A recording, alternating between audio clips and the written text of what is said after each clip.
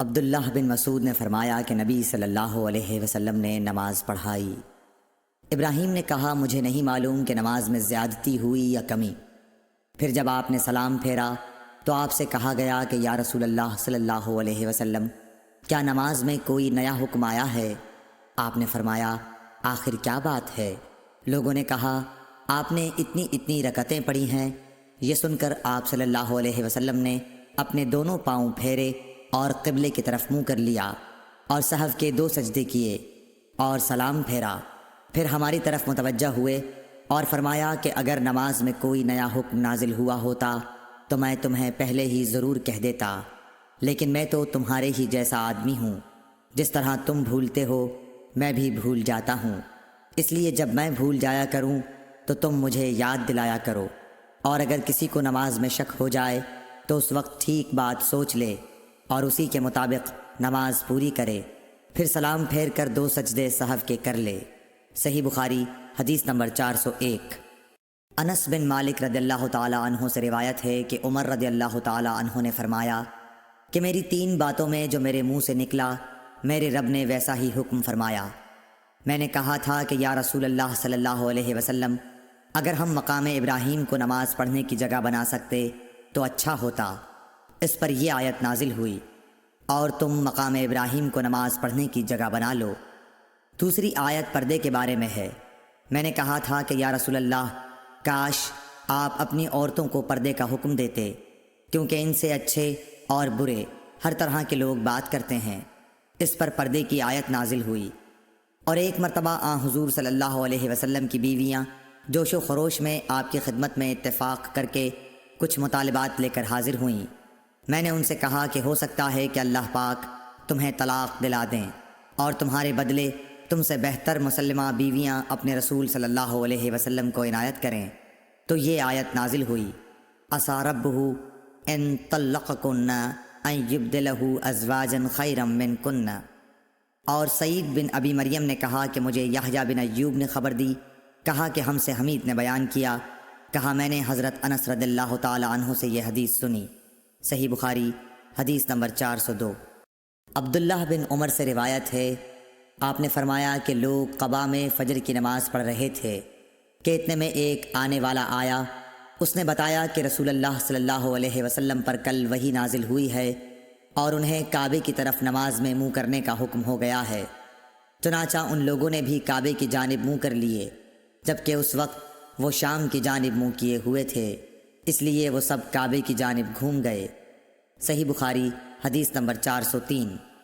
جناب عبداللہ سے روایت ہے انہوں نے فرمایا کہ نبی کریم صلی اللہ علیہ وسلم نے بھولے سے ظہر کی نماز ایک مرتبہ 5 رکعت پڑھی۔ اس پر لوگوں نے پوچھا کہ کیا نماز میں زیادتی ہو گئی ہے؟ آپ صلی اللہ علیہ وسلم نے فرمایا کیا بات ہے؟ صحابہ نے عرض کی کہ آپ نے 5 رکعت پڑھی ہیں۔ عبداللہ بن مسعود رضی اللہ تعالیٰ عنہ نے فرمایا کہ پھر آپ نے اپنے پاؤں موڑ لیے اور سہو کے 2 سجدے کیے۔ صحیح بخاری حدیث نمبر 404۔ انس بن مالک رضی اللہ تعالیٰ عنہ سے روایت ہے کہ نبی کریم صلی اللہ علیہ وسلم نے قبلے کی طرف دیوار پر بلغم دیکھا جو آپ کو ناگوار گزرا، اور یہ ناگواری آپ کے چہرہ مبارک پر دکھائی دینے لگی۔ پھر آپ اٹھے اور خود اپنے ہاتھ سے کھرچ ڈالا اور فرمایا کہ جب کوئی شخص نماز کے لیے کھڑا ہوتا ہے تو گویا وہ اپنے رب کے ساتھ سرگوشی کرتا ہے، یا یوں فرمایا کہ اس کا رب اس کے اور قبلے کے درمیان ہوتا ہے، اس لیے کوئی شخص نماز میں اپنے قبلے کی طرف نہ تھوکے، البتہ بائیں طرف یا اپنے قدموں کے نیچے تھوک سکتا ہے۔ پھر آپ نے اپنی چادر کا کنارہ لیا، اس پر تھوکا، پھر اس کو الٹ پلٹ کیا اور فرمایا یا اس طرح کر لیا کرو۔ صحیح بخاری حدیث نمبر 405۔ عبداللہ بن عمر رضی اللہ تعالیٰ عنہ سے روایت ہے کہ رسول اللہ صلی اللہ علیہ وسلم نے قبلے کی دیوار پر تھوک دیکھا، آپ صلی اللہ علیہ وسلم نے اسے کھرچ ڈالا۔ پھر آپ نے لوگوں سے خطاب کیا اور فرمایا کہ جب کوئی شخص نماز میں ہو تو اپنے منہ کے سامنے نہ تھوکے، کیونکہ نماز میں منہ کے سامنے اللہ عز و جل ہوتا ہے۔ صحیح بخاری حدیث نمبر 406۔ حضرت عائشہ ام المومنین رضی اللہ تعالی عنہا سے روایت ہے کہ رسول اللہ صلی اللہ علیہ وسلم نے قبلے کی دیوار پر رینٹ یا تھوک یا بلغم دیکھا تو اسے آپ نے کھرچ ڈالا۔ صحیح بخاری حدیث نمبر 407۔ حضرت ابو ہریرہ اور حضرت ابو سعید رضی اللہ تعالی عنہ سے روایت ہے کہ رسول اللہ صلی اللہ علیہ وسلم نے مسجد کی دیوار پر بلغم دیکھا، پھر رسول اللہ صلی اللہ علیہ وسلم نے ایک کنکری لی اور اسے صاف کر دیا، پھر فرمایا کہ جب تم میں سے کوئی شخص تھوکے تو اسے اپنے منہ کے سامنے یا دائیں طرف نہیں تھوکنا چاہیے، البتہ بائیں طرف یا اپنے بائیں پاؤں کے نیچے تھوک لے۔ صحیح بخاری حدیث نمبر 408۔ حضرت ابو ہریرہ اور حضرت ابو سعید رضی اللہ تعالی عنہ سے روایت ہے کہ رسول اللہ صلی اللہ علیہ وسلم نے مسجد کی دیوار پر بلغم دیکھا، پھر رسول اللہ صلی اللہ علیہ وسلم نے ایک کنکری لی اور اسے صاف کر دیا، پھر فرمایا کہ جب تم میں سے کوئی شخص تھوکے تو اسے اپنے منہ کے سامنے یا دائیں طرف نہیں تھوکنا چاہیے، البتہ بائیں طرف یا اپنے بائیں پاؤں کے نیچے تھوک لے۔ صحیح بخاری حدیث نمبر 409۔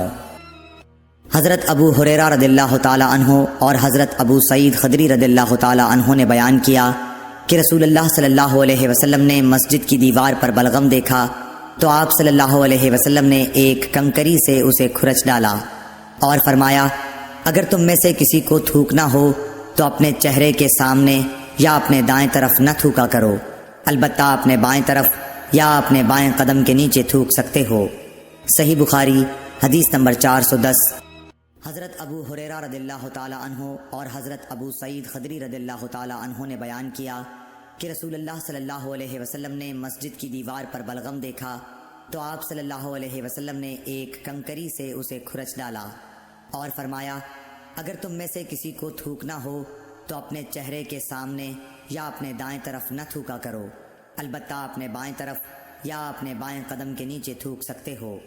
صحیح بخاری حدیث نمبر 411۔ انس بن مالک رضی اللہ تعالی عنہ سے روایت ہے کہ نبی کریم صلی اللہ علیہ وسلم نے فرمایا، تم اپنے سامنے یا اپنی دائیں طرف نہ تھوکا کرو، البتہ بائیں طرف یا بائیں قدم کے نیچے تھوک سکتے ہو۔ صحیح بخاری حدیث نمبر 412۔ انس بن مالک رضی اللہ تعالی عنہ سے روایت ہے کہ نبی کریم صلی اللہ علیہ وسلم نے فرمایا، مومن جب نماز میں ہوتا ہے تو وہ اپنے رب سے سرگوشی کرتا ہے، اس لیے وہ اپنے سامنے یا دائیں طرف نہ تھوکے، ہاں بائیں طرف یا پاؤں کے نیچے تھوک لے۔ صحیح بخاری حدیث نمبر 413۔ ابو سعید خدری سے روایت ہے کہ نبی کریم صلی اللہ علیہ وسلم نے مسجد کے قبلے کی دیوار پر بلغم دیکھا تو آپ نے اسے کنکری سے کھرچ ڈالا، پھر فرمایا کہ کوئی شخص سامنے یا دائیں طرف نہ تھوکے، البتہ بائیں طرف یا بائیں پاؤں کے نیچے تھوک لینا چاہیے۔ دوسری روایت میں ظاہری سے یوں ہے کہ انہوں نے حمید بن عبد الرحمن سے ابو سعید خدری کے واسطے سے اسی طرح یہ حدیث سنی۔ صحیح بخاری حدیث نمبر 414۔ انس بن مالک رضی اللہ تعالی عنہ سے روایت ہے کہ نبی کریم صلی اللہ علیہ وسلم نے فرمایا کہ مسجد میں تھوکنا گناہ ہے اور اس کا کفارہ اسے زمین میں چھپا دینا ہے۔ صحیح بخاری حدیث نمبر 415۔ حضرت ابو ہریرہ رضی اللہ تعالی عنہ سے روایت ہے، وہ نبی کریم صلی اللہ علیہ وسلم سے نقل کرتے ہیں کہ آپ نے فرمایا، جب کوئی شخص نماز کے لیے کھڑا ہو تو سامنے نہ تھوکے، کیونکہ وہ جب تک اپنی نماز کی جگہ میں ہوتا ہے تو اللہ تعالیٰ سے سرگوشی کرتا رہتا ہے، اور دائیں طرف بھی نہ تھوکے کیونکہ اس طرف فرشتہ ہوتا ہے، ہاں بائیں طرف یا قدم کے نیچے تھوک لے اور اسے مٹی میں چھپا دے۔ صحیح بخاری حدیث نمبر 416۔ انس بن مالک رضی اللہ تعالیٰ عنہ سے روایت ہے کہ نبی کریم صلی اللہ علیہ وسلم نے قبلے کی طرف دیوار پر بلغم دیکھا تو آپ نے خود اسے کھرچ ڈالا اور آپ کی ناخوشی کو محسوس کیا گیا، یا راوی نے اس طرح بیان کیا کہ اس کی وجہ سے آپ کی شدید ناگواری کو محسوس کیا گیا۔ پھر آپ نے فرمایا کہ جب کوئی شخص نماز کے لیے کھڑا ہوتا ہے تو وہ اپنے رب سے سرگوشی کرتا ہے، یا یہ کہ اس کا رب اس کے اور قبلے کے درمیان ہوتا ہے، اس لیے قبلے کی طرف نہ تھوکا کرو، البتہ بائیں طرف یا قدم کے نیچے تھوک لیا کرو۔ پھر آپ نے اپنی چادر کا ایک کونا کنارہ لیا، اس میں تھوکا اور چادر کی ایک تہہ کو دوسری تہہ پر پھیر لیا اور فرمایا، یا اس طرح کر لیا کرے۔ صحیح بخاری حدیث نمبر 417۔ حضرت ابو ہریرہ رضی اللہ تعالیٰ عنہ سے روایت ہے کہ رسول اللہ صلی اللہ علیہ وسلم نے فرمایا، کیا تمہارا یہ خیال ہے کہ میرا منہ نماز میں قبلے کی طرف ہے؟ اللہ کی قسم، مجھ سے نہ تمہارا خشوع چھپتا ہے نہ رکوع، میں اپنی پیٹھ کے پیچھے سے تم کو دیکھتا رہتا ہوں۔ صحیح بخاری حدیث نمبر 418۔ انس بن مالک رضی اللہ تعالیٰ عنہ سے روایت ہے کہ نبی کریم صلی اللہ علیہ وسلم نے ہمیں ایک مرتبہ نماز پڑھائی، پھر آپ ممبر پر چڑھے، پھر نماز کے باب میں اور رکوع کے باب میں فرمایا، میں تمہیں پیچھے سے بھی اسی طرح دیکھتا رہتا ہوں جیسے اب سامنے سے دیکھ رہا ہوں۔ صحیح بخاری حدیث نمبر 419۔ عبداللہ بن عمر رضی اللہ تعالیٰ عنہ سے روایت ہے کہ رسول اللہ صلی اللہ علیہ وسلم نے ان گھوڑوں کی جنہیں جہاد کے لیے تیار کیا گیا تھا مقام حفیہ سے دوڑ کرائی۔ اس دوڑ کی حد ثنیۃ الوداع تھی، اور جو گھوڑے ابھی تیار نہیں ہوئے تھے ان کی دوڑ تثنی الوداع سے مسجد بنی زریق تک کرائی۔ عبداللہ بن عمر رضی اللہ تعالیٰ عنہ نے بھی اس گھوڑ دوڑ میں شرکت کی تھی۔ صحیح بخاری حدیث نمبر 420۔ حضرت انس رضی اللہ تعالیٰ عنہ سے روایت ہے کہ نبی کریم صلی اللہ علیہ وسلم کے پاس بحرین سے رقم آئی، آپ نے فرمایا کہ اسے مسجد میں ڈال دو، اور یہ رقم اس تمام رقم سے زیادہ تھی جو اب تک آپ کی خدمت میں آ چکی تھی۔ پھر آپ نماز کے لیے تشریف لائے اور اس کی طرف کوئی توجہ نہیں فرمائی۔ جب آپ نماز پوری کر چکے تو آ کر مال رقم کے پاس بیٹھ گئے اور اسے تقسیم کرنا شروع فرمایا۔ اس وقت جسے بھی آپ دیکھتے اسے عطا فرما دیتے۔ اتنے میں حضرت عباس رضی اللہ تعالیٰ عنہ حاضر ہوئے اور بولے کہ یا رسول اللہ، مجھے بھی عطا کیجئے، کیونکہ میں نے غزوہ بدر میں اپنا بھی فدیہ دیا تھا اور عقیل کا بھی، اس لیے میں زیر بار ہوں۔ رسول کریم صلی اللہ علیہ وسلم نے فرمایا کہ لے لیجئے۔ انہوں نے اپنے کپڑے میں روپیہ بھر لیا اور اسے اٹھانے کی کوشش کی، لیکن وزن کی زیادتی کی وجہ سے وہ نہ اٹھا سکے اور کہنے لگے، یا رسول اللہ، کسی کو فرمائیے کہ وہ اٹھانے میں میری مدد کرے۔ آپ نے فرمایا، نہیں، یہ نہیں ہو سکتا۔ انہوں نے کہا کہ پھر آپ ہی اٹھوا دیجئے۔ آپ نے اس پر بھی انکار کیا۔ تب حضرت عباس رضی اللہ تعالی عنہ نے اس میں سے تھوڑا سا گرا دیا اور باقی کو اٹھانے کی کوشش کی، لیکن اب بھی نہ اٹھا سکے۔ پھر فرمایا کہ یا رسول اللہ، کسی کو میری مدد کرنے کا حکم دیجئے۔ آپ صلی اللہ علیہ وسلم نے انکار فرمایا تو انہوں نے کہا کہ پھر آپ ہی اٹھوا دیجئے، لیکن آپ صلی اللہ علیہ وسلم نے اس سے بھی انکار کیا۔ تب انہوں نے اس میں سے تھوڑا سا اور روپیہ گرا دیا اور اسے اٹھا کر اپنے کندھے پر رکھ لیا اور چلنے لگے۔ رسول اللہ صلی اللہ علیہ وسلم کو ان کے اس حرص پر اتنا تعجب ہوا کہ آپ اس وقت تک ان کی طرف دیکھتے رہے جب تک وہ ہماری نظروں سے غائب نہیں ہو گئے، اور آپ بھی وہاں سے اس وقت تک نہ اٹھے جب تک کہ ایک چونی بھی باقی رہی۔ صحیح بخاری حدیث نمبر 421۔ حضرت انس رضی اللہ تعالیٰ عنہ سے روایت ہے، وہ کہتے ہیں کہ میں نے رسول اللہ صلی اللہ علیہ وسلم کو مسجد میں پایا، آپ کے پاس اور بھی کئی لوگ تھے۔ میں کھڑا ہو گیا تو حضور صلی اللہ علیہ وسلم نے مجھ سے پوچھا کہ کیا تجھ کو ابو طلحہ نے بھیجا ہے؟ میں نے کہا جی ہاں۔ آپ نے پوچھا کھانے کے لیے؟ میں نے عرض کی کہ جی ہاں۔ تب آپ نے اپنے قریب موجود لوگوں سے فرمایا کہ چلو۔ سب حضرات چلنے لگے اور میں ان کے آگے چل رہا تھا۔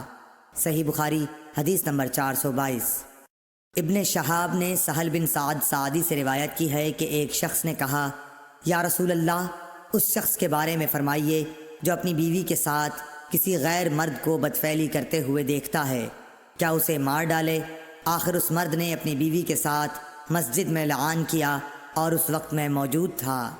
صحیح بخاری حدیث نمبر 423۔ محمد بن ربی نے عتبان بن مالک سے جو نابینا تھے روایت کیا ہے کہ نبی کریم صلی اللہ علیہ وسلم ان کے گھر تشریف لائے۔ آپ نے پوچھا کہ تم اپنے گھر میں کہاں پسند کرتے ہو کہ میں تمہارے لیے نماز پڑھوں؟ عتبان نے بیان کیا کہ میں نے ایک جگہ کی طرف اشارہ کیا، پھر نبی صلی اللہ علیہ وسلم نے تکبیر کہی اور ہم نے آپ کے پیچھے صف باندھی، پھر آپ نے 2 رکعت نماز نفل پڑھائی۔ صحیح بخاری حدیث نمبر 424۔ محمد بن ربی انصاری سے روایت ہے کہ عتبان بن مالک انصاری رضی اللہ تعالیٰ عنہ رسول اللہ صلی اللہ علیہ وسلم کے صحابی اور غزوہ بدر کے حاضر ہونے والوں میں سے تھے۔ وہ نبی کریم صلی اللہ علیہ وسلم کی خدمت میں حاضر ہوئے اور کہا، یا رسول اللہ صلی اللہ علیہ وسلم، میری بینائی میں کچھ فرق آ گیا ہے اور میں اپنی قوم کے لوگوں کو نماز پڑھایا کرتا ہوں، لیکن جب برسات کا موسم آتا ہے تو میرے اور میری قوم کے درمیان جو وادی ہے وہ بھر جاتی ہے اور بہنے لگ جاتی ہے، اور میں انہیں نماز پڑھانے کے لیے مسجد تک نہیں جا سکتا۔ یا رسول اللہ، میری خواہش ہے کہ آپ میرے گھر تشریف لائیں اور کسی جگہ نماز پڑھ دیں تاکہ میں اسے نماز پڑھنے کی جگہ بنا لوں۔ راوی نے کہا کہ رسول اللہ صلی اللہ علیہ وسلم نے اتبان سے فرمایا، انشاءاللہ تعالی میں تمہاری اس خواہش کو پورا کروں گا۔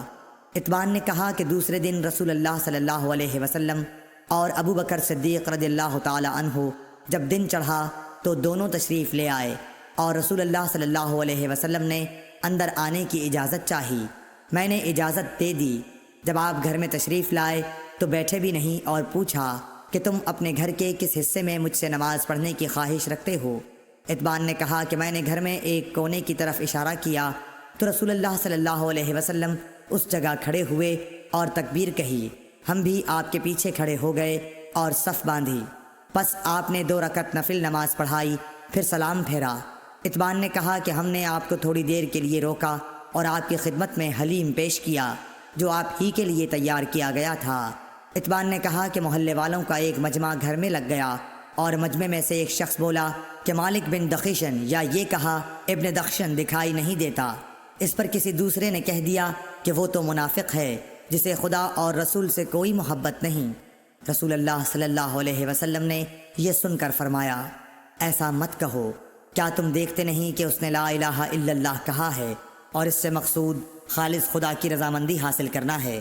تب منافقت کا الزام لگانے والا بولا کہ اللہ اور اس کے رسول کو زیادہ علم ہے، ہم تو بظاہر اس کی توجیہات اور دوستی منافقوں ہی کے ساتھ دیکھتے ہیں۔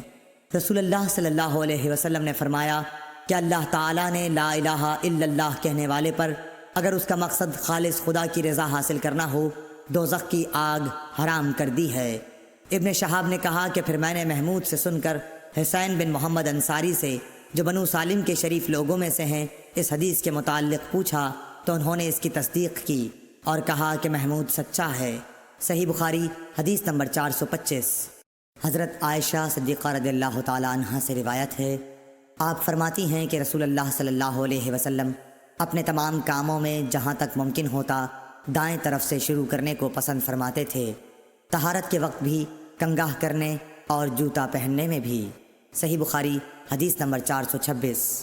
ہم سے محمد بن مسنہ نے بیان کیا، کہا ہم سے یحییٰ بن سعید قطان نے ہشام بن عروہ کے واسطے سے بیان کیا، کہا کہ مجھے میرے باپ نے حضرت عائشہ رضی اللہ تعالی عنہا سے یہ خبر پہنچائی کہ ام حبیبہ اور ام سلمہ دونوں نے ایک کلیسا کا ذکر کیا جسے انہوں نے حبشہ میں دیکھا تھا۔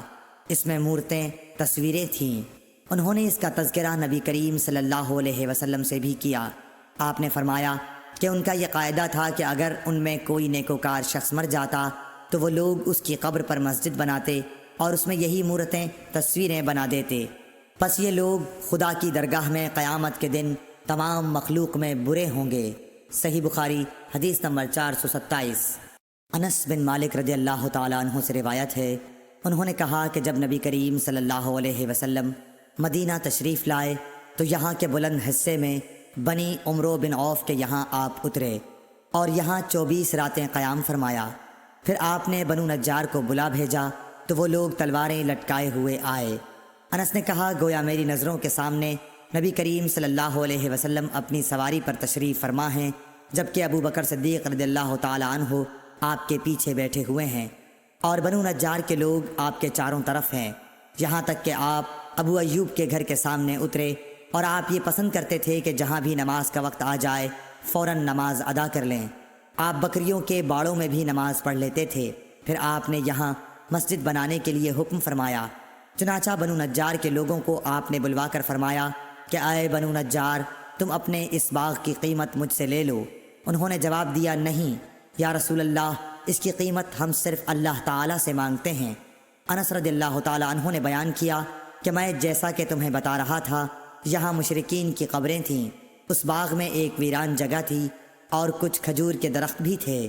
پس نبی کریم صلی اللہ علیہ وسلم نے مشرکین کی قبروں کو اکھڑوا دیا، ویرانے کو صاف اور برابر کر دیا اور درختوں کو کٹوا کر ان کی لکڑیوں کو مسجد کے قبلے کی جانب بچھا دیا اور پتھروں کے ذریعے انہیں مضبوط بنا دیا۔ صحابہ پتھر اٹھاتے ہوئے رجز پڑھتے تھے اور نبی کریم صلی اللہ علیہ وسلم بھی ان کے ساتھ تھے اور یہ کہہ رہے تھے کہ اے اللہ، آخرت کے فائدے کے علاوہ اور کوئی فائدہ نہیں، پس انصار و مہاجرین کی مغفرت فرمانا۔ صحیح بخاری حدیث نمبر 428۔ انس بن مالک رضی اللہ تعالیٰ عنہ سے روایت ہے، انہوں نے کہا کہ نبی کریم صلی اللہ علیہ وسلم بکریوں کے باڑوں میں نماز پڑھتے تھے۔ ابو طیاح یا شعبہ نے کہا، پھر میں نے انس کو یہ کہتے سنا کہ نبی کریم صلی اللہ علیہ وسلم بکریوں کے باڑے میں مسجد کی تعمیر سے پہلے نماز پڑھا کرتے تھے۔ صحیح بخاری حدیث نمبر 429۔ عبید اللہ نے نافع کے واسطے سے کہا کہ میں نے ابن عمر رضی اللہ تعالیٰ عنہ کو اپنے اونٹ کی طرف نماز پڑھتے دیکھا اور انہوں نے فرمایا کہ میں نے نبی کریم صلی اللہ علیہ وسلم کو اسی طرح پڑھتے دیکھا تھا۔ صحیح بخاری حدیث نمبر 430۔ عبداللہ بن عباس رضی اللہ تعالیٰ عنہ سے روایت ہے، انہوں نے فرمایا کہ سورج گہن ہوا تو نبی کریم صلی اللہ علیہ وسلم نے نماز پڑھی اور فرمایا کہ مجھے آج دوزخ دکھائی گئی، اس سے زیادہ بھیانک منظر میں نے کبھی نہیں دیکھا۔ صحیح بخاری حدیث نمبر 431۔ عبداللہ بن عمر رضی اللہ تعالیٰ عنہ سے روایت ہے کہ نبی کریم صلی اللہ علیہ وسلم نے فرمایا، اپنے گھروں میں بھی نمازیں پڑھا کرو اور انہیں بالکل مقبرہ نہ بنا لو۔ صحیح بخاری حدیث نمبر 432۔ عبداللہ بن عمر رضی اللہ تعالیٰ عنہ سے روایت ہے کہ رسول اللہ صلی اللہ علیہ وسلم نے فرمایا، ان عذاب والوں کے آثار سے اگر تمہارا گزر ہو تو روتے ہوئے گزرو، اگر تم اس موقع پر رو نہ سکو تو ان سے گزرو ہی نہیں، ایسا نہ ہو کہ تم پر بھی ان کا سا عذاب آ جائے۔ صحیح بخاری حدیث نمبر 433۔ عروہ بن زبیر نے حضرت عائشہ رضی اللہ تعالیٰ عنہ سے روایت کیا ہے کہ حضرت ام سلمہ رضی اللہ تعالیٰ عنہ نے حضرت صلی اللہ علیہ وسلم سے ایک گرجا کا ذکر کیا جس کو انہوں نے حبش کے ملک میں دیکھا، اس کا نام ماریا تھا، اس میں جو صورتیں دیکھی تھیں وہ بیان کیں۔ اس پر رسول اللہ صلی اللہ علیہ وسلم نے فرمایا کہ یہ ایسے لوگ تھے کہ اگر ان میں کوئی نیک بندہ، یا یہ فرمایا کہ نیک آدمی مر جاتا تو اس کی قبر پر مسجد بناتے اور اس میں یہ بت رکھتے، یہ لوگ اللہ کے نزدیک ساری مخلوق سے بدتر ہیں۔ صحیح بخاری حدیث نمبر 434۔ عبداللہ بن عباس رضی اللہ تعالیٰ عنہ سے روایت ہے کہ جب نبی کریم صلی اللہ علیہ وسلم مرض الوفات میں مبتلا ہوئے تو آپ اپنی چادر کو بار بار چہرے پر ڈالتے، جب کچھ افاقہ ہوتا تو اپنے مبارک چہرے سے چادر ہٹا دیتے۔ آپ نے اسی اضطراب و پریشانی کی حالت میں فرمایا، یہود و نصارہ پر خدا کی پھٹکار ہو کہ انہوں نے اپنے انبیاء کی قبروں کو مسجد بنا لیا۔ آپ یہ فرما کر امت کو ایسے کاموں سے ڈراتے تھے۔ صحیح بخاری حدیث نمبر 435۔ عبداللہ بن عباس رضی اللہ تعالیٰ عنہ سے روایت ہے کہ جب نبی کریم صلی اللہ علیہ وسلم مرض الوفات میں مبتلا ہوئے تو آپ اپنی چادر کو بار بار چہرے پر ڈالتے، جب کچھ افاقہ ہوتا تو اپنے مبارک چہرے سے چادر ہٹا دیتے۔ آپ نے اسی اضطراب و پریشانی کی حالت میں فرمایا، یہود و نصارہ پر خدا کی پھٹکار ہو کہ انہوں نے اپنے انبیاء کی قبروں کو مسجد بنا لیا۔ آپ یہ فرما کر امت کو ایسے کاموں سے ڈراتے تھے۔ صحیح بخاری حدیث نمبر 436۔ حضرت ابو ہریرہ رضی اللہ تعالیٰ عنہ سے روایت ہے کہ رسول اللہ صلی اللہ علیہ وسلم نے فرمایا، یہودیوں پر خدا کی لعنت ہو، انہوں نے اپنے انبیاء کی قبروں کو مساجد بنا لیا۔ صحیح بخاری حدیث نمبر 437۔ جابر بن عبداللہ رضی اللہ تعالیٰ عنہ سے روایت ہے کہ رسول اللہ صلی اللہ علیہ وسلم نے فرمایا، مجھے ایسی 5 چیزیں عطا کی گئی ہیں جو مجھ سے پہلے انبیاء کو نہیں دی گئی تھیں۔ نمبر 1، 1 مہینے کی راہ سے میرا روب ڈال کر میری مدد کی گئی۔ نمبر 2، میرے لیے تمام زمین میں نماز پڑھنے اور پاکی حاصل کرنے کی اجازت ہے، اس لیے میری امت کے جس آدمی کی نماز کا وقت جہاں بھی آ جائے اسے وہی نماز پڑھ لینی چاہیے۔ نمبر 3، میرے لیے مال غنیمت حلال کیا گیا۔ نمبر 4، پہلے انبیاء خاص اپنی قوموں کی ہدایت کے لیے بھیجے جاتے تھے، لیکن مجھے دنیا کے تمام انسانوں کی ہدایت کے لیے بھیجا گیا ہے۔ نمبر 5، مجھے شفاعت عطا کی گئی ہے۔ صحیح بخاری حدیث نمبر 438۔ حضرت عائشہ صدیقہ رضی اللہ تعالی عنہا سے روایت ہے کہ عرب کے کسی قبیلے کی ایک کالی لونڈی تھی، انہوں نے اسے آزاد کر دیا تھا اور وہ انہی کے ساتھ رہتی تھی۔ اس نے بیان کیا کہ ایک دفعہ ان کی ایک لڑکی جو دلہن تھی نہانے کو نکلی، اس کا کمربند سرخ تسموں کا تھا، اس نے وہ کمربند اتار کر رکھ دیا یا اس کے بدن سے گر گیا، پھر اس طرف سے ایک چیل گزری جہاں کمربند پڑا تھا، چیل اسی سرخ رنگ کی وجہ سے گوشت سمجھ کر جھپٹ لے گئی۔ بعد میں قبیلے والوں نے اسے بہت تلاش کیا لیکن کہیں نہ ملا، ان لوگوں نے اس کی تہمت مجھ پر لگا دی اور میری تلاشی لینی شروع کر دی، یہاں تک کہ انہوں نے اس کی شرمگاہ تک کی تلاشی لی۔ اس نے بیان کیا کہ اللہ کی قسم میں ان کے ساتھ اسی حالت میں کھڑی تھی کہ وہی چیل آئی اور اس نے ان کا وہ کمربند گرا دیا، وہ ان کے سامنے ہی گرا۔ میں نے اسے دیکھ کر کہا یہی تو تھا جس کی تم مجھ پر تہمت لگاتے تھے، تم لوگوں نے مجھ پر اس کا الزام لگایا تھا حالانکہ میں اس سے پاک تھی، یہی تو ہے وہ کمربند۔ اس لونڈی نے کہا کہ اس کے بعد میں رسول اللہ صلی اللہ علیہ وسلم کی خدمت میں حاضر ہوئی اور اسلام لائی۔ حضرت عائشہ رضی اللہ تعالی عنہا نے بیان کیا کہ اس کے لیے مسجد نبوی میں ایک بڑا خیمہ لگا دیا گیا، یا یہ کہا کہ چھوٹا سا خیمہ لگا دیا گیا۔ حضرت عائشہ رضی اللہ تعالی عنہا نے بیان کیا کہ وہ لونڈی میرے پاس آتی اور مجھ سے باتیں کیا کرتی تھی، جب بھی وہ میرے پاس آتی تو یہ ضرور کہتی کہ کمربند کا دن ہمارے رب کی عجیب نشانیوں میں سے ہے، اسی نے مجھے کفر کے ملک سے نجات دی۔ حضرت عائشہ رضی اللہ تعالی عنہا بیان فرماتی ہیں کہ میں نے اس سے کہا آخر بات کیا ہے، جب بھی تم میرے پاس بیٹھتی ہو تو یہ بات ضرور کہتی ہو۔ آپ نے بیان کیا کہ پھر اس نے مجھے یہ قصہ سنایا۔ صحیح بخاری حدیث نمبر 439۔ عبید اللہ بن عمر نے بیان کیا کہ مجھ کو نافع نے بیان کیا کہ مجھے عبداللہ بن عمر رضی اللہ تعالی عنہ نے خبر دی کہ وہ اپنی نوجوانی میں جب ان کے بیوی بچے نہیں تھے نبی کریم صلی اللہ علیہ وسلم کی مسجد میں سویا کرتے تھے۔ صحیح بخاری حدیث نمبر 440۔ سہل بن سعد رضی اللہ تعالیٰ عنہ سے روایت ہے کہ رسول اللہ صلی اللہ علیہ وسلم حضرت فاطمہ رضی اللہ تعالیٰ عنہ کے گھر تشریف لائے، دیکھا کہ حضرت علی رضی اللہ تعالیٰ عنہ گھر میں موجود نہیں ہیں۔ آپ نے دریافت فرمایا کہ تمہارے چچا کے بیٹے کہاں ہیں؟ انہوں نے بتایا کہ میرے اور ان کے درمیان کچھ ناگواری پیش آ گئی اور وہ مجھ پر خفا ہو کر کہیں باہر چلے گئے ہیں اور میرے یہاں قیلولہ بھی نہیں کیا ہے۔ اس کے بعد رسول اللہ صلی اللہ علیہ وسلم نے ایک شخص سے کہا کہ علی رضی اللہ تعالیٰ عنہ کو تلاش کرو کہ وہ کہاں ہیں۔ وہ آئے اور بتایا کہ مسجد میں سوئے ہوئے ہیں۔ پھر نبی کریم صلی اللہ علیہ وسلم تشریف لائے، حضرت علی رضی اللہ تعالیٰ عنہ لیٹے ہوئے تھے، چادر آپ کے پہلو سے گر گئی تھی اور جسم پر مٹی لگ گئی تھی۔ رسول اللہ صلی اللہ علیہ وسلم جسم سے دھول جھاڑ رہے تھے اور فرما رہے تھے اٹھو ابو تراب اٹھو۔ صحیح بخاری حدیث نمبر 441۔ ابو حازم نے ابو ہریرہ رضی اللہ تعالیٰ عنہ سے روایت کیا ہے کہ آپ نے فرمایا کہ میں نے 70 اصحاب صفہ کو دیکھا کہ ان میں کوئی ایسا نہ تھا جس کے پاس چادر ہو، فقط تہبند ہوتا یا رات کو اوڑھنے کا کپڑا جنہیں یہ لوگ اپنی گردنوں سے باندھ لیتے۔ یہ کپڑے کسی کے آدھی پنڈلی تک آتے اور کسی کے ٹخنوں تک۔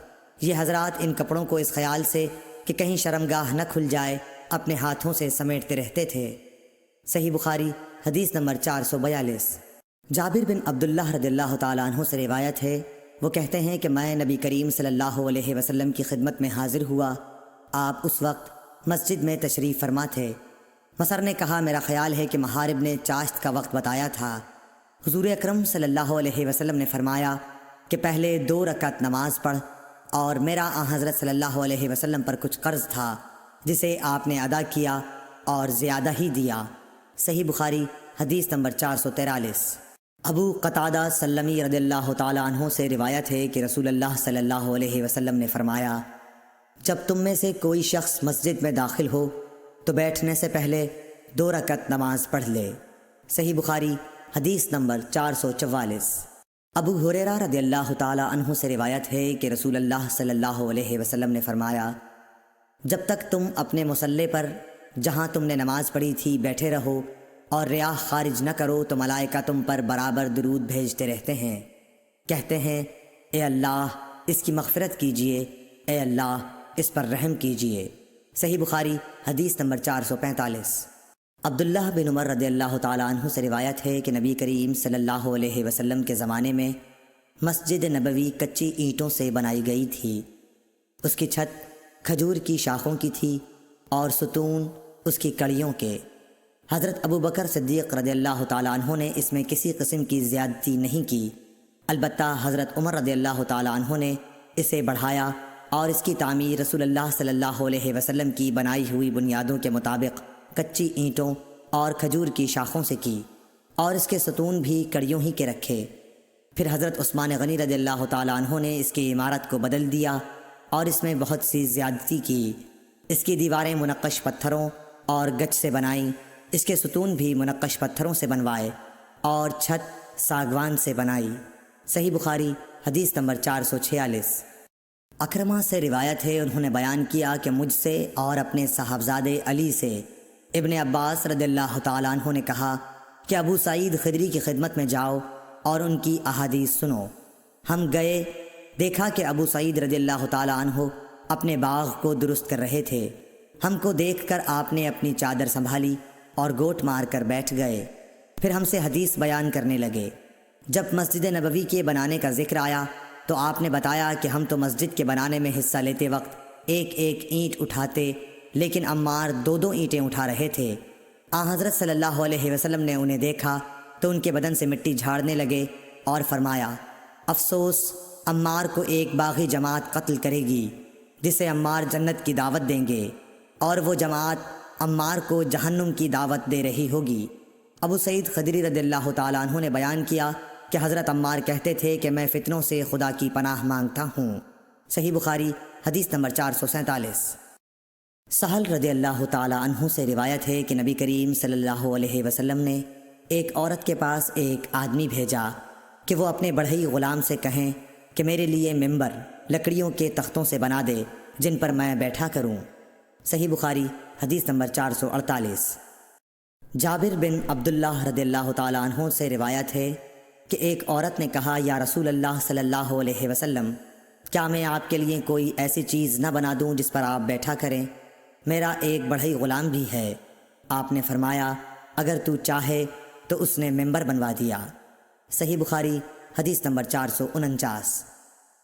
عبید اللہ بن اسود خولانی نے حضرت عثمان بن عفان رضی اللہ تعالیٰ عنہ سے روایت کیا ہے کہ مسجد نبوی کی تعمیر کے متعلق لوگوں کی باتوں کو سن کر آپ نے فرمایا کہ تم لوگوں نے بہت زیادہ باتیں کی ہیں، حالانکہ میں نے نبی اکرم صلی اللہ علیہ وسلم سے سنا ہے کہ جس نے مسجد بنائی بکیر۔ راوی نے کہا، میرا خیال ہے کہ آپ نے یہ بھی فرمایا کہ اس سے مقصود اللہ تعالیٰ کی رضا ہو تو اللہ تعالیٰ ایسا ہی ایک مکان جنت میں اس کے لیے بنائے گا۔ صحیح بخاری حدیث نمبر 450۔ سفیان بن عینہ نے کہا کہ میں نے عمرو بن دینار سے پوچھا، کیا تم نے جابر بن عبداللہ سے یہ حدیث سنی ہے کہ ایک شخص مسجد نبوی میں آیا اور وہ تیر لیے ہوئے تھا؟ رسول اللہ صلی اللہ علیہ وسلم نے اس سے فرمایا کہ ان کی نوکیں تھامے رکھو۔ صحیح بخاری حدیث نمبر 451۔ ابو موسیٰ اشعر صحابی رضی اللہ تعالیٰ عنہ نبی کریم صلی اللہ علیہ وسلم سے روایت کرتے تھے کہ آپ نے فرمایا، اگر کوئی شخص ہماری مساجد یا ہمارے بازاروں میں تیر لیے ہوئے چلے تو ان کا پھل تھامے رہے، ایسا نہ ہو کہ اپنے ہاتھوں سے کسی مسلمان کو زخمی کر دے۔ صحیح بخاری حدیث نمبر 452۔ عبد الرحمن بن عوف نے حسان بن ثابت رضی اللہ تعالیٰ عنہ سے سنا، وہ حضرت ابو ہریرہ رضی اللہ تعالیٰ عنہ کو اس بات پر گواہ بنا رہے تھے کہ میں تمہیں اللہ کا واسطہ دیتا ہوں کہ کیا تم نے رسول اللہ صلی اللہ علیہ وسلم کو یہ کہتے ہوئے نہیں سنا تھا کہ اے حسان، اللہ کے رسول کی طرف سے مشرکوں کو اشعار میں جواب دو، اور اے اللہ، حسان کی روح القدس کے ذریعے مدد کر۔ ابو ہریرہ رضی اللہ تعالیٰ عنہ نے فرمایا، ہاں میں گواہ ہوں، بے شک میں نے حضور سے یہ سنا ہے۔ صحیح بخاری حدیث نمبر 453۔ عروہ بن زبیر نے حضرت عائشہ صدیقہ رضی اللہ تعالیٰ عنہ سے روایت کیا ہے، حضرت عائشہ نے فرمایا، میں نے نبی کریم صلی اللہ علیہ وسلم کو ایک دن حجرے کے دروازے پر دیکھا۔ اس وقت حبشہ کے کچھ لوگ مسجد میں نیزوں سے کھیل رہے تھے، ہتھیار چلانے کی مشق کر رہے تھے۔ رسول اللہ صلی اللہ علیہ وسلم نے مجھے اپنی چادر میں چھپا لیا تاکہ میں ان کا کھیل دیکھ سکوں۔ صحیح بخاری حدیث نمبر 454۔ حضرت عائشہ رضی اللہ تعالی عنہا روایت کرتی ہیں کہ میں نے نبی کریم صلی اللہ علیہ وسلم کو دیکھا جبکہ حبشہ کے لوگ چھوٹے نیزوں بھالوں سے مسجد میں کھیل رہے تھے۔ صحیح بخاری حدیث نمبر 455۔ عمرہ بنت عبد الرحمن نے حضرت عائشہ رضی اللہ تعالیٰ عنہ سے روایت کیا ہے، آپ نے فرمایا کہ بریرہ رضی اللہ تعالیٰ عنہ لونڈی ان سے اپنی کتابت کے بارے میں مدد لینے آئیں۔ حضرت عائشہ رضی اللہ تعالیٰ عنہ نے کہا کہ تم چاہو تو میں تمہارے مالکوں کو یہ رقم دے دوں اور تمہیں آزاد کرا دوں اور تمہارے اولا کا تعلق مجھ سے قائم ہو۔ اور بریرہ کے آقاؤں نے کہا عائشہ رضی اللہ تعالیٰ عنہ سے کہ اگر آپ چاہیں تو جو قیمت باقی رہ گئی ہے وہ دے دیں اور ولا کا تعلق ہم سے قائم رہے گا۔ رسول اللہ صلی اللہ علیہ وسلم جب تشریف لائے تو میں نے آپ سے اس امر کا ذکر کیا۔ آپ صلی اللہ علیہ وسلم نے فرمایا کہ تم بریرہ کو خرید کر آزاد کرو اور ولا کا تعلق تو اسی کو حاصل ہو سکتا ہے جو آزاد کرائے۔ پھر رسول اللہ صلی اللہ علیہ وسلم منبر پر تشریف لائے۔ سفیان نے اس حدیث کو بیان کرتے ہوئے ایک مرتبہ یوں کہا کہ پھر رسول اللہ صلی اللہ علیہ وسلم منبر پر چڑھے اور فرمایا ان لوگوں کا کیا حال ہوگا جو ایسی شرائط کرتے ہیں جن کا تعلق کتاب اللہ سے نہیں ہے۔ جو شخص بھی کوئی ایسی شرط کرے جو کتاب اللہ میں نہ ہو اس کی کوئی حیثیت نہیں ہوگی اگرچہ وہ 100 مرتبہ کر لے۔ اس حدیث کی روایت مالک نے یحییٰ کے واسطے سے کی، وہ عمرہ سے کہ بریرہ اور انہوں نے منبر پر چڑھنے کا ذکر نہیں کیا۔ علی بن مدینی نے کہا یحییٰ بن سعید قطان اور عبد الوہاب نے یحییٰ بن سعید سے انہوں نے عمرہ سے ایسے ہی روایت کیا، اور جعفر بن عون نے یحییٰ بن سعید سے یوں نقل کیا کہ میں نے عمرہ سے سنا، انہوں نے کہا میں نے حضرت عائشہ سے سنا۔ صحیح بخاری حدیث نمبر 456۔ کعب بن مالک نے مسجد نبوی میں عبداللہ بن ابی حضرت سے اپنے قرض کا تقاضا کیا اور دونوں کی گفتگو بلند آوازوں سے ہونے لگی، یہاں تک کہ رسول اللہ صلی اللہ علیہ وسلم نے بھی اپنے حجرے سے سن لیا۔ آپ پردہ ہٹا کر باہر تشریف لائے اور پکارا کعب رضی اللہ تعالی عنہ بولے ہاں حضور فرمائیے کیا ارشاد ہے؟ آپ نے فرمایا کہ تم اپنے قرض میں سے اتنا کم کر دو۔ آپ کا اشارہ تھا کہ آدھا کم کر دیں۔ انہوں نے کہا یا رسول اللہ میں نے بخوشی ایسا کر دیا۔ پھر آپ نے ابن ابی حضرت سے فرمایا اچھا اب اٹھو اور اس کا قرض ادا کرو جو آدھا معاف کر دیا گیا ہے۔ صحیح بخاری حدیث نمبر 457۔ حضرت ابو ہریرہ رضی اللہ تعالیٰ عنہ سے روایت ہے کہ ایک حبشی مرد یا حبشی عورت مسجد نبوی میں جھاڑو دیا کرتی تھی۔ ایک دن اس کا انتقال ہو گیا تو رسول اللہ صلی اللہ علیہ وسلم نے اس کے متعلق دریافت فرمایا۔ لوگوں نے بتایا کہ وہ تو انتقال کر گئی۔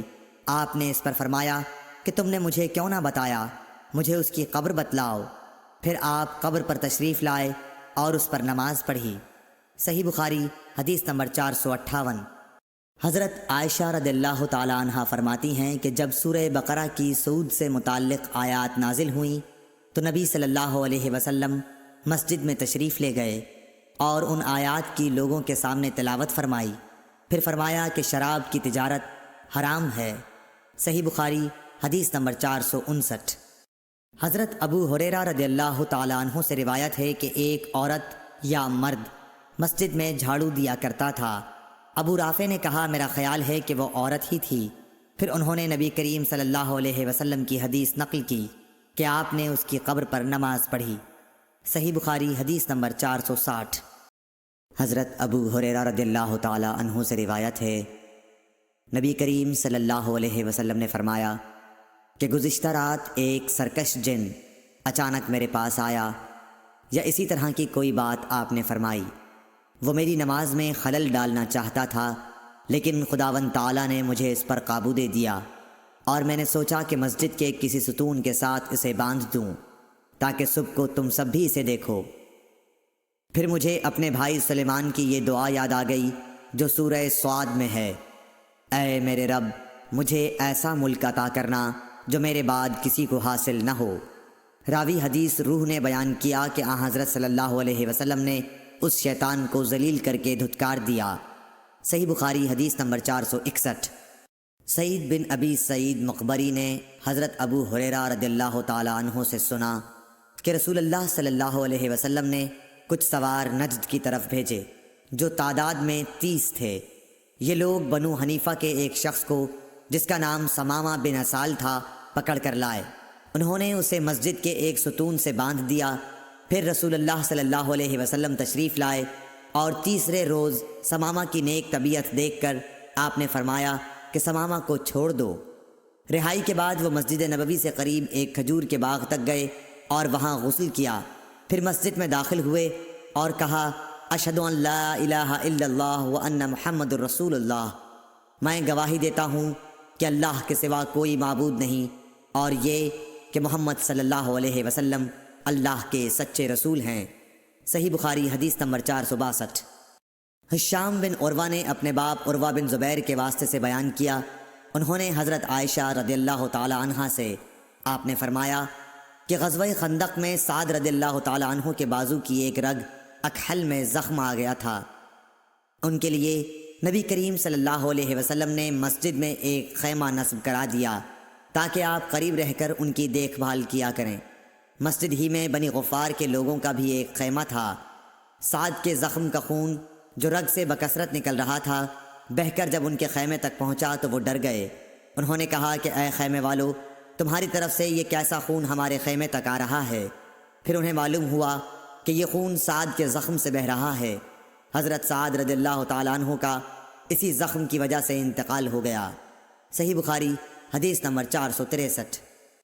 عروہ بن زبیر نے زینب بنت ابی سلمہ سے، انہوں نے ام المومنین ام سلمہ سے روایت کیا ہے، وہ کہتی ہیں کہ میں نے رسول کریم صلی اللہ علیہ وسلم سے حجۃ الوداع میں اپنی بیماری کا شکوہ کیا۔ میں نے کہا کہ میں پیدل طواف نہیں کر سکتی، تو آپ نے فرمایا کہ لوگوں کے پیچھے رہ اور سوار ہو کر طواف کر۔ پس میں نے طواف کیا اور رسول اللہ صلی اللہ علیہ وسلم اس وقت بیت اللہ کے قریب نماز میں آیت والطور وکتاب مسطور کی تلاوت کر رہے تھے۔ صحیح بخاری حدیث نمبر 464۔ انس رضی اللہ تعالی عنہ روایت کرتے ہیں کہ دو شخص نبی کریم صلی اللہ علیہ وسلم کے پاس سے نکلے، ایک عباد بن بشر اور دوسرے صاحب میرے خیال کے مطابق اسید بن حزیر تھے۔ رات تاریک تھی اور دونوں اصحاب کے پاس روشن چراغ کی طرح کوئی چیز تھی جس سے ان کے آگے آگے روشنی پھیل رہی تھی۔ پس جب وہ دونوں اصحاب ایک دوسرے سے جدا ہوئے تو ہر ایک کے ساتھ ایک ایک چراغ رہ گیا جو گھر تک ساتھ رہا۔ صحیح بخاری حدیث نمبر 465۔ ابو سعید خدری رضی اللہ تعالی عنہ نے بیان کیا کہ ایک دفعہ رسول کریم صلی اللہ علیہ وسلم نے خطبے میں فرمایا کہ اللہ تعالیٰ نے اپنے ایک بندے کو دنیا اور آخرت کے رہنے میں اختیار دیا کہ وہ جس کو چاہے اختیار کرے۔ بندے نے وہ پسند کیا جو اللہ کے پاس ہے، یعنی آخرت۔ یہ سن کر ابو بکر رضی اللہ تعالی عنہ رونے لگے۔ میں نے اپنے دل میں کہا کہ اگر خدا نے اپنے کسی بندے کو دنیا اور آخرت میں سے کسی کو اختیار کرنے کو کہا اور اس بندے نے آخرت پسند کر لی تو اس میں ان بزرگ کے رونے کی کیا وجہ ہے؟ لیکن یہ بات تھی کہ بندے سے مراد رسول اللہ صلی اللہ علیہ وسلم ہی تھے اور ابو بکر ہم سے زیادہ جاننے والے تھے۔ حضور صلی اللہ علیہ وسلم نے ان سے فرمایا، ابو بکر آپ روئیے مت، اپنی صحبت اور اپنی دولت کے ذریعے تمام لوگوں سے زیادہ مجھ پر احسان کرنے والے آپ ہی ہیں، اور اگر میں کسی کو خلیل بناتا تو ابو بکر کو بناتا، لیکن جانی دوستی تو اللہ کے سوا کسی سے نہیں ہو سکتی، اس کے بدلے میں اسلام کی برادری اور دوستی کافی ہے۔ مسجد میں ابو بکر رضی اللہ تعالی عنہ کی طرف کے دروازے کے سوا تمام دروازے بند کر دیے جائیں۔ صحیح بخاری حدیث نمبر 466۔ حضرت عبداللہ بن عباس رضی اللہ تعالی عنہ سے روایت ہے، انہوں نے بیان کیا کہ رسول اللہ صلی اللہ علیہ وسلم اپنے مرض وفات میں باہر تشریف لائے، سر سے پٹی بندھی ہوئی تھی۔ آپ منبر پر بیٹھے، اللہ کی حمد و ثنا کی اور فرمایا، کوئی شخص بھی ایسا نہیں جس نے ابو بکر بن ابو قحافہ سے زیادہ مجھ پر اپنی جان و مال کے ذریعے احسان کیا ہو، اور اگر میں کسی کو انسانوں میں جانی دوست بناتا تو ابو بکر رضی اللہ تعالیٰ عنہ کو بناتا، لیکن اسلام کا تعلق افضل ہے۔ دیکھو ابو بکر رضی اللہ تعالیٰ عنہ کی کھڑکی چھوڑ کر اس مسجد کی تمام کھڑکیاں بند کر دی جائیں۔ صحیح بخاری حدیث نمبر 467۔ عبداللہ بن عمر رضی اللہ تعالیٰ عنہ سے روایت ہے کہ نبی کریم صلی اللہ علیہ وسلم جب مکہ تشریف لائے اور مکہ فتح ہوا تو آپ نے عثمان بن طلحہ رضی اللہ تعالیٰ عنہ کو بلوایا جو کعبے کے متولی چابی بردار تھے۔ انہوں نے دروازہ کھولا تو نبی کریم صلی اللہ علیہ وسلم، بلال، اسامہ بن زید اور عثمان بن طلحہ چاروں اندر تشریف لے گئے۔ پھر دروازہ بند کر دیا گیا اور وہاں تھوڑی دیر تک ٹھہر کر باہر آئے۔ ابن عمر رضی اللہ تعالیٰ عنہ نے فرمایا کہ میں نے جلدی سے آگے بڑھ کر بلال سے پوچھا کیا حضرت صلی اللہ علیہ وسلم نے کعبے کے اندر کیا کیا؟ انہوں نے بتایا کہ حضرت صلی اللہ علیہ وسلم نے اندر نماز پڑھی تھی۔ میں نے پوچھا کس جگہ؟ کہا کہ دونوں ستونوں کے درمیان۔ عبداللہ بن عمر رضی اللہ تعالیٰ عنہ نے فرمایا کہ یہ پوچھنا مجھے یاد نہ رہا کہ آپ نے کتنی رکعتیں پڑھی تھیں۔ صحیح بخاری حدیث نمبر 468۔ سعید بن ابی سعید مقبری نے حضرت ابو ہریرہ رضی اللہ تعالیٰ عنہ سے سنا کہ رسول اللہ صلی اللہ علیہ وسلم نے کچھ سواروں کو نجد کی طرف بھیجا تھا۔ وہ لوگ بنی حنیفہ کے ایک شخص ثمامہ بن اسال کو بطور جنگی قیدی پکڑ لائے اور مسجد کے ایک ستون سے باندھ دیا۔ صحیح بخاری حدیث نمبر 469۔ صائب بن یزید نے بیان کیا کہ میں مسجد نبوی میں کھڑا ہوا تھا، کسی نے میری طرف کنکری پھینکی۔ میں نے جو نظر اٹھائی تو دیکھا کہ حضرت عمر بن خطاب رضی اللہ تعالیٰ عنہ سامنے ہیں۔ آپ نے فرمایا کہ یہ سامنے جو دو شخص ہیں انہیں میرے پاس بلا کر لاؤ۔ میں بلا لایا۔ آپ نے پوچھا کہ تمہارا تعلق کس قبیلے سے ہے، یا یہ فرمایا کہ تم کہاں رہتے ہو؟ انہوں نے بتایا کہ ہم طائف کے رہنے والے ہیں۔ آپ نے فرمایا کہ اگر تم مدینے کے ہوتے تو میں تمہیں سزا دیے بغیر نہ چھوڑتا۔ رسول کریم صلی اللہ علیہ وسلم کی مسجد میں آواز اونچی کرتے ہو۔ صحیح بخاری حدیث نمبر 470۔ عبداللہ بن کعب بن مالک کو ان کے باپ کعب بن مالک رضی اللہ تعالیٰ عنہ نے خبر دی کہ انہوں نے عبداللہ بن حضرت رضی اللہ تعالیٰ عنہ سے اپنے ایک قرض کے سلسلے میں رسول اللہ صلی اللہ علیہ وسلم کے دور میں مسجد نبوی کے اندر تقاضا کیا۔ دونوں کی آواز کچھ اونچی ہو گئی، یہاں تک کہ رسول اللہ صلی اللہ علیہ وسلم نے بھی اپنے حجرے سے سن لیا۔ آپ اٹھے اور حجرے پر پڑے ہوئے پردے کو ہٹایا۔ آپ نے کعب بن مالک کو آواز دی، اے کعب۔ کعب بولے، یا رسول اللہ صلی اللہ علیہ وسلم، حاضر ہوں۔ آپ نے اپنے ہاتھ کے اشارے سے بتایا کہ وہ اپنا آدھا قرض معاف کر دے۔ حضرت کعب نے عرض کی، یا رسول اللہ صلی اللہ علیہ وسلم، میں نے معاف کر دیا۔ آپ نے ابن ابی حضرت سے فرمایا، اچھا اب چل اٹھ، اس کا قرض ادا کر۔ صحیح بخاری حدیث نمبر 471۔ عبداللہ بن عمر رضی اللہ تعالیٰ عنہ سے روایت ہے کہ ایک شخص نے نبی کریم صلی اللہ علیہ وسلم سے پوچھا، جبکہ اس وقت آپ منبر پر تھے، کہ رات کی نماز یعنی تہجد کس طرح پڑھنے کے لیے آپ فرماتے ہیں؟ آپ نے فرمایا کہ 2 رکعت کر کے پڑھے، اور جب صبح قریب ہونے لگے تو 1 رکعت پڑھ لے۔ یہ 1 رکعت اس ساری نماز کو طاق بنا دے گی۔ اور آپ فرمایا کرتے تھے کہ رات کی آخری نماز کو طاق رکھا کرو، کیونکہ نبی کریم صلی اللہ علیہ وسلم نے اس کا حکم دیا۔ صحیح بخاری حدیث نمبر 472۔ ایوب سختیانی نے ابن عمر سے روایت کی ہے کہ ایک شخص نبی کریم صلی اللہ علیہ وسلم کی خدمت میں حاضر ہوا۔ آپ صلی اللہ علیہ وسلم اس وقت خطبہ دے رہے تھے۔ آنے والے نے پوچھا کہ رات کی نماز کس طرح پڑھی جائے؟ آپ نے فرمایا 2 رکعت، پھر جب طلوع صبح صادق کا اندیشہ ہو تو 1 رکعت وتر کی پڑھ لے، تاکہ تو نے جو نماز پڑھی ہے اسے یہ رکعت طاق بنا دے۔ اور امام بخاری نے فرمایا کہ ولید بن کثیر نے کہا کہ مجھ سے عبید اللہ بن عبداللہ عمری نے بیان کیا۔ عبداللہ بن عمری رضی اللہ تعالیٰ عنہ نے ان سے بیان کیا کہ ایک شخص نے نبی صلی اللہ علیہ وسلم کو آواز دی جبکہ آپ مسجد میں تشریف فرما تھے۔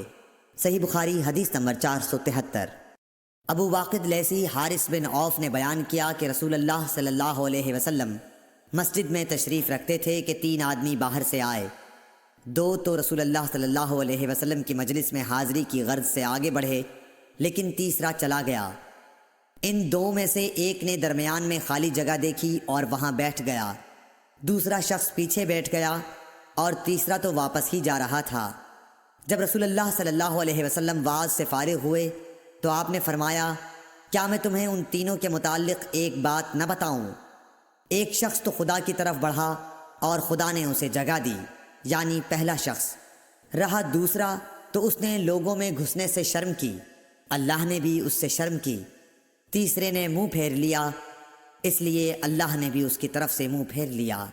صحیح بخاری حدیث نمبر 474۔ عباد بن تمیم نے اپنے چچا عبداللہ بن زید بن عاصم مازنی رضی اللہ تعالیٰ عنہ سے روایت کیا ہے کہ انہوں نے رسول اللہ صلی اللہ علیہ وسلم کو چت لیٹے ہوئے دیکھا۔ آپ اپنا ایک پاؤں دوسرے پر رکھے ہوئے تھے۔ ابن شہاب ظاہری سے مروی ہے، وہ سعید بن مسیب سے روایت کرتے ہیں کہ عمر اور عثمان رضی اللہ تعالیٰ عنہ بھی اسی طرح لیٹتے تھے۔ صحیح بخاری حدیث نمبر 475۔ عروہ بن زبیر نے خبر دی کہ نبی صلی اللہ علیہ وسلم کی زوجہ مطہرہ ام المومنین حضرت عائشہ رضی اللہ تعالیٰ عنہ نے بتلایا کہ میں نے جب سے ہوش سنبھالا تو اپنے ماں باپ کو مسلمان ہی پایا، اور ہم پر کوئی دن ایسا نہیں گزرا جس میں رسول اللہ صلی اللہ علیہ وسلم صبح و شام دن کے دونوں وقت ہمارے گھر تشریف نہ لائے ہوں۔ پھر ابو بکر رضی اللہ تعالیٰ عنہ کی سمجھ میں ایک ترکیب آئی تو انہوں نے گھر کے سامنے ایک مسجد بنا لی۔ وہ اس میں نماز پڑھتے اور قرآن مجید کی تلاوت کرتے۔ مشرکین کی عورتیں اور ان کے بچے وہاں تعجب سے سنتے اور کھڑے ہو جاتے اور آپ کی طرف دیکھتے رہتے۔ حضرت ابو بکر رضی اللہ تعالیٰ عنہ بڑے رونے والے آدمی تھے۔ جب قرآن کریم پڑھتے تو آنسوؤں پر قابو نہ رہتا۔ قریش کے مشرک سردار اس صورتحال سے گھبرا گئے۔ صحیح بخاری حدیث نمبر 476۔ حضرت ابو ہریرہ رضی اللہ تعالیٰ عنہ سے روایت ہے، رسول اللہ صلی اللہ علیہ وسلم نے فرمایا، جماعت کے ساتھ نماز پڑھنے میں گھر کے اندر یا بازار، دکان وغیرہ میں نماز پڑھنے سے 25 گنا ثواب زیادہ ملتا ہے، کیونکہ جب کوئی شخص تم میں سے وضو کرے اور اس کے آداب کا لحاظ رکھے، پھر مسجد میں صرف نماز کی غرض سے آئے تو اس کے ہر قدم پر اللہ تعالیٰ ایک درجہ اس کا بلند کرتا ہے اور ایک گناہ اس سے معاف کرتا ہے۔ اس طرح وہ مسجد کے اندر آئے گا، مسجد میں آنے کے بعد جب تک نماز کے انتظار میں رہے گا اسے نماز ہی کی حالت میں شمار کیا جائے گا، اور جب تک اس جگہ بیٹھا رہے جہاں اس نے نماز پڑھی ہے تو فرشتے اس کے لیے رحمت خداوندی کی دعائیں کرتے ہیں کہ اے اللہ اس کو بخش دے، اے اللہ اس پر رحم کر، جب تک کہ ریح خارج کر کے وہ فرشتوں کو تکلیف نہ دے۔ صحیح بخاری حدیث نمبر 477۔ عبداللہ بن عمر یا عبداللہ بن عمرو بن عاص رضی اللہ تعالیٰ عنہ سے روایت ہے کہ نبی کریم صلی اللہ علیہ وسلم نے اپنی انگلیوں کو ایک دوسرے میں داخل کیا۔ صحیح بخاری حدیث نمبر 478۔ عبداللہ بن عمر یا عبداللہ بن عمرو بن عاص رضی اللہ تعالیٰ عنہ سے روایت ہے کہ نبی کریم صلی اللہ علیہ وسلم نے اپنی انگلیوں کو ایک دوسرے میں داخل کیا۔ صحیح بخاری حدیث نمبر 479۔ عبداللہ بن عمرو بن عاص رضی اللہ تعالیٰ عنہ سے روایت ہے کہ رسول اللہ صلی اللہ علیہ وسلم نے فرمایا کہ عبداللہ بن عمرو، تمہارا کیا حال ہوگا جب تم برے لوگوں میں رہ جاؤ گے؟ اس طرح یعنی آپ نے ایک ہاتھ کی انگلیاں دوسرے ہاتھ میں کر کے دکھلائیں۔ صحیح بخاری حدیث نمبر 480۔ ابو موسیٰ اشعری رضی اللہ تعالیٰ عنہ سے روایت ہے، نبی کریم صلی اللہ علیہ وسلم نے فرمایا، ایک مومن دوسرے مومن کے لیے عمارت کی طرح ہے کہ اس کا ایک حصہ دوسرے حصے کو قوت پہنچاتا ہے، اور آپ نے ایک ہاتھ کی انگلیوں کو دوسرے ہاتھ کی انگلیوں میں داخل کیا۔ صحیح بخاری حدیث نمبر 481۔ محمد بن سیرین نے حضرت ابو ہریرہ رضی اللہ تعالیٰ عنہ سے روایت کیا ہے، انہوں نے کہا کہ رسول کریم صلی اللہ علیہ وسلم نے ہمیں دوپہر کے بعد کی 2 نمازوں میں سے کوئی نماز پڑھائی، ظہر یا عصر کی۔ ابن سیرین نے کہا کہ حضرت ابو ہریرہ رضی اللہ تعالیٰ عنہ نے اس کا نام تو لیا تھا لیکن میں بھول گیا۔ حضرت ابو ہریرہ رضی اللہ تعالیٰ عنہ نے بتلایا کہ آپ نے ہمیں 2 رکعت نماز پڑھا کر سلام پھیر دیا۔ اس کے بعد ایک لکڑی کی لاٹھی سے جو مسجد میں رکھی ہوئی تھی، آپ صلی اللہ علیہ وسلم ٹیک لگا کر کھڑے ہو گئے۔ ایسا معلوم ہوتا تھا کہ جیسے آپ بہت ہی خفا ہوں، اور آپ نے اپنے دائیں ہاتھ کو بائیں ہاتھ پر رکھا اور ان کی انگلیوں کو ایک دوسرے میں داخل کیا، اور آپ نے اپنے دائیں رخسار مبارک کو بائیں ہاتھ کی ہتھیلی سے سہارا دیا۔ جو لوگ نماز پڑھ کر جلدی نکل جایا کرتے تھے وہ مسجد کے دروازوں سے پار ہو گئے۔ پھر لوگ کہنے لگے کہ کیا نماز کم کر دی گئی ہے؟ حاضرین میں ابو بکر اور عمر رضی اللہ تعالیٰ عنہ بھی موجود تھے، لیکن انہیں بھی آپ سے بولنے کی ہمت نہ ہوئی۔ انہی میں ایک شخص تھے جن کے ہاتھ لمبے تھے اور انہیں ذوالیدین کہا جاتا تھا۔ انہوں نے پوچھا، یا رسول اللہ صلی اللہ علیہ وسلم، کیا آپ بھول گئے یا نماز کم کر دی گئی ہے؟ آپ نے فرمایا کہ نہ میں بھولا ہوں اور نہ نماز میں کوئی کمی ہوئی ہے۔ پھر آپ نے لوگوں سے پوچھا کیا ذوالیدین صحیح کہہ رہے ہیں؟ حاضرین بولے کہ جی ہاں۔ یہ سن کر آپ آگے بڑھے اور باقی رکعتیں پڑھیں، پھر سلام پھیرا، پھر تکبیر کہی اور سہو کا سجدہ کیا، معمول کے مطابق یا اس سے بھی لمبا سجدہ کیا، پھر سر اٹھایا اور تکبیر کہی، پھر تکبیر کہی اور دوسرا سجدہ کیا، معمول کے مطابق یا اس سے بھی طویل، پھر سر اٹھایا اور تکبیر کہی۔ لوگوں نے بار بار ابن سیرین سے پوچھا کہ کیا پھر سلام پھیرا؟ تو وہ جواب دیتے کہ مجھے خبر دی گئی ہے کہ عمران بن حسین کہتے تھے کہ پھر سلام پھیرا۔ صحیح بخاری حدیث نمبر 482۔ موسیٰ بن عقبہ نے کہا کہ میں نے سالم بن عبداللہ بن عمر رضی اللہ تعالیٰ عنہ کو دیکھا کہ وہ مدینے سے مکے تک راستے میں کئی جگہوں کو ڈھونڈ کر وہاں نماز پڑھتے اور کہتے کہ ان کے باب حضرت عبداللہ بن عمر رضی اللہ تعالیٰ عنہ بھی ان مقامات پر نماز پڑھا کرتے تھے، اور انہوں نے رسول اللہ صلی اللہ علیہ وسلم کو ان مقامات پر نماز پڑھتے ہوئے دیکھا ہے۔ اور موسیٰ بن عقبہ نے کہا کہ مجھ سے نافع نے ابن عمر رضی اللہ تعالیٰ عنہ کے متعلق بیان کیا کہ وہ ان مقامات پر نماز پڑھتے تھے، اور میں نے سالم سے پوچھا تو مجھے خوب یاد ہے کہ انہوں نے بھی نافع کے بیان کے مطابق ہی تمام مقامات کا ذکر کیا، فقط مقام شرف روحا کی مسجد کے متعلق دونوں نے اختلاف کیا۔ صحیح بخاری حدیث نمبر 483۔ موسیٰ بن عقبہ کو عبداللہ بن عمر رضی اللہ تعالیٰ عنہ نے خبر دی کہ حضرت صلی اللہ علیہ وسلم جب عمرے کے قصد سے تشریف لے گئے اور حجۃ الوداع کے موقع پر جب حج کے لیے نکلے تو آپ نے ذوالحلیفہ میں قیام فرمایا۔ ذوالحلیفہ کی مسجد کے قریب آپ ایک ببول کے درخت کے نیچے اترے، اور جب آپ کسی جہاد سے واپس ہوتے اور راستہ ذوالحلیفہ سے ہو کر گزرتا یا حج یا عمرے سے واپسی ہوتی تو آپ وادی عتیق کے نشیبی علاقے میں اترتے، پھر جب وادی کے نشیب سے اوپر چڑھتے تو وادی کے بالائی کنارے کے اس مشرقی حصے پر پڑاؤ ہوتا جہاں کنکریوں اور ریت کا کشادہ نالہ ہے، یعنی بطحا میں۔ یہاں آپ رات کو صبح تک آرام فرماتے۔ یہ مقام اس مسجد کے قریب نہیں ہے جو پتھروں کی بنی ہے، آپ اس ٹیلے پر بھی نہیں ہوتے جس پر مسجد بنی ہوئی ہے۔ وہاں ایک گہرا نالہ تھا، عبداللہ بن عمر رضی اللہ تعالیٰ عنہ وہی نماز پڑھتے۔ اس کے نشیب میں ریت کے ٹیلے تھے اور رسول اللہ صلی اللہ علیہ وسلم وہاں نماز پڑھا کرتے تھے۔ کنکریوں اور ریت کے کشادہ نالے کی طرف سے سیلاب نے آ کر اس جگہ کے آثار و نشانات کو پاٹ دیا ہے جہاں حضرت عبداللہ بن عمر رضی اللہ تعالیٰ عنہ نماز پڑھا کرتے تھے۔ صحیح بخاری حدیث نمبر 484۔ عبداللہ بن عمر رضی اللہ تعالیٰ عنہ نے نافع سے یہ بھی بیان کیا کہ نبی صلی اللہ علیہ وسلم نے اس جگہ نماز پڑھی جہاں اب شرف روحا کی مسجد کے قریب ایک چھوٹی مسجد ہے۔ عبداللہ بن عمر اس جگہ کی نشاندہی کرتے تھے جہاں نبی کریم صلی اللہ علیہ وسلم نے نماز پڑھی تھی۔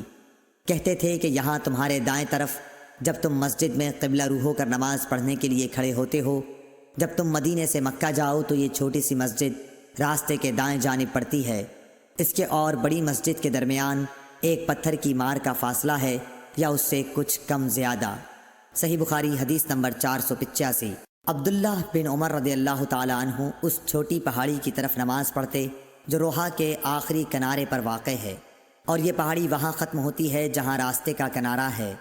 اس مسجد کے قریب جو اس کے اور روحا کے آخری حصے کے بیچ میں ہے، مکے کو جاتے ہوئے اب وہاں ایک مسجد بن گئی ہے۔ عبداللہ بن عمر رضی اللہ تعالیٰ عنہ اس مسجد میں نماز نہیں پڑھتے تھے بلکہ اس کو اپنے بائیں طرف مقابل میں چھوڑ دیتے تھے اور آگے بڑھ کر خود پہاڑی ارقد طیبہ کی طرف نماز پڑھتے تھے۔ عبداللہ بن عمر رضی اللہ تعالیٰ عنہ جب روحا سے چلتے تو ظہر کی نماز اس وقت تک نہ پڑھتے جب تک اس مقام پر نہ پہنچ جاتے۔ جب یہاں آ جاتے تو ظہر پڑھتے، اور اگر مکے سے آتے ہوئے صبح صادق سے تھوڑی دیر پہلے یا سحر کے آخر میں وہاں سے گزرتے تو صبح کی نماز تک وہیں آرام کرتے اور فجر کی نماز پڑھتے۔ صحیح بخاری حدیث نمبر 486۔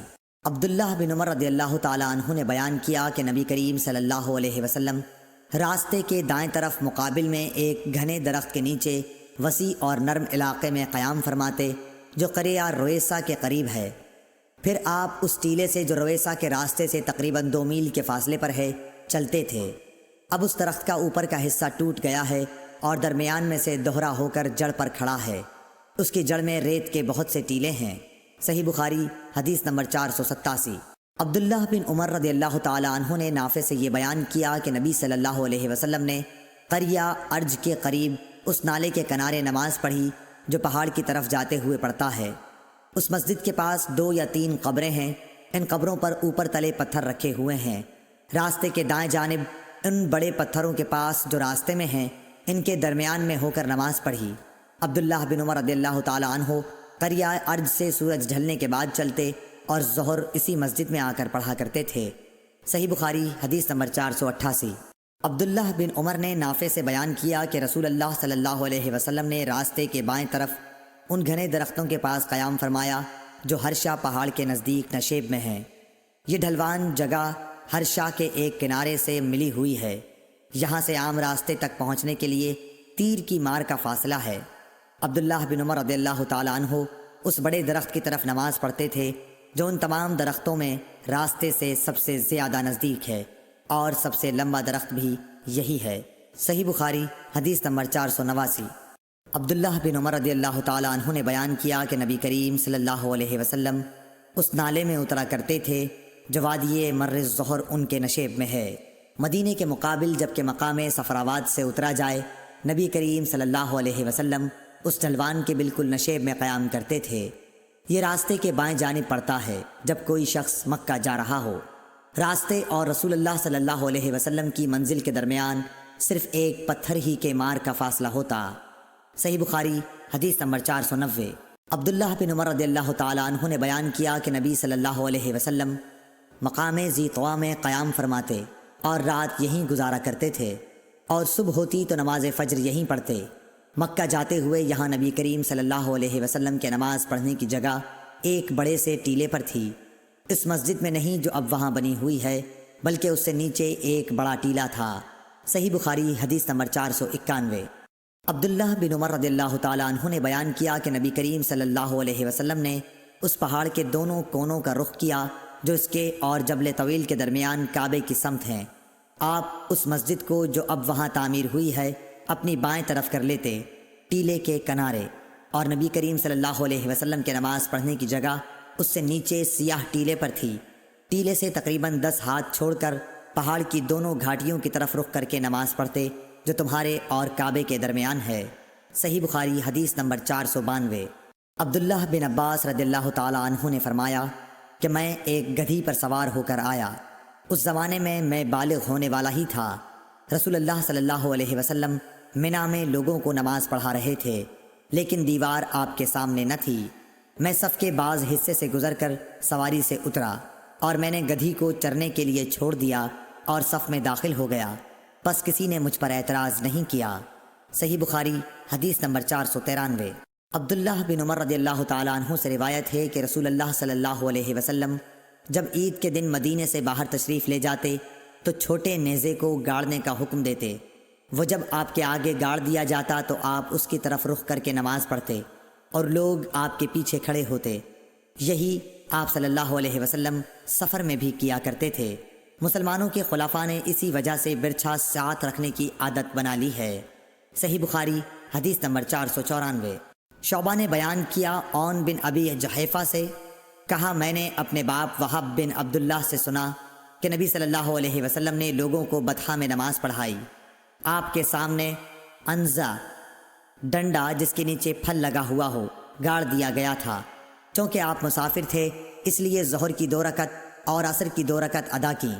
آپ صلی اللہ علیہ وسلم کے سامنے سے عورتیں اور گدھے گزر رہے تھے۔ صحیح بخاری حدیث نمبر 495۔ سہل بن سعد نے بیان کیا کہ نبی کریم صلی اللہ علیہ وسلم کے سجدہ کرنے کی جگہ اور دیوار کے درمیان ایک بکری کے گزر سکنے کا فاصلہ رہتا تھا۔ صحیح بخاری حدیث نمبر 496۔ سلمہ بن عقور رضی اللہ تعالی عنہ نے فرمایا کہ مسجد کی دیوار اور ممبر کے درمیان بکری کے گزر سکنے کے فاصلے کے برابر جگہ تھی۔ صحیح بخاری حدیث نمبر 497۔ نافع نے عبداللہ بن عمر رضی اللہ تعالی عنہ کے واسطے سے خبر دی کہ نبی صلی اللہ علیہ وسلم کے لیے برچھا گاڑ دیا جاتا، آپ اس کی طرف نماز پڑھتے تھے۔ صحیح بخاری حدیث نمبر 498۔ عون بن ابی جحیفہ نے بیان کیا کہ میں نے اپنے باپ ابو جحیفہ وہب بن عبداللہ سے سنا، انہوں نے کہا کہ رسول کریم صلی اللہ علیہ وسلم دوپہر کے وقت باہر تشریف لائے، آپ کی خدمت میں وضو کا پانی پیش کیا گیا جس سے آپ نے وضو کیا، پھر ہمیں آپ نے ظہر کی نماز پڑھائی اور عصر کی، آپ کے سامنے عنزہ گاڑ دیا گیا تھا اور عورتیں اور گدھے پر سوار لوگ اس کے پیچھے سے گزر رہے تھے۔ صحیح بخاری حدیث نمبر 499۔ انس بن مالک رضی اللہ تعالیٰ عنہ سے روایت ہے کہ نبی کریم صلی اللہ علیہ وسلم جب رفع حاجت کے لیے نکلتے تو میں اور ایک اور لڑکا آپ کے پیچھے پیچھے جاتے۔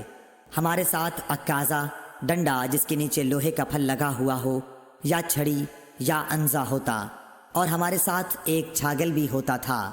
جب آن حضرت صلی اللہ علیہ وسلم حاجت سے فارغ ہو جاتے تو ہم آپ کو وہ چھاگل دے دیتے تھے۔ صحیح بخاری حدیث نمبر 500۔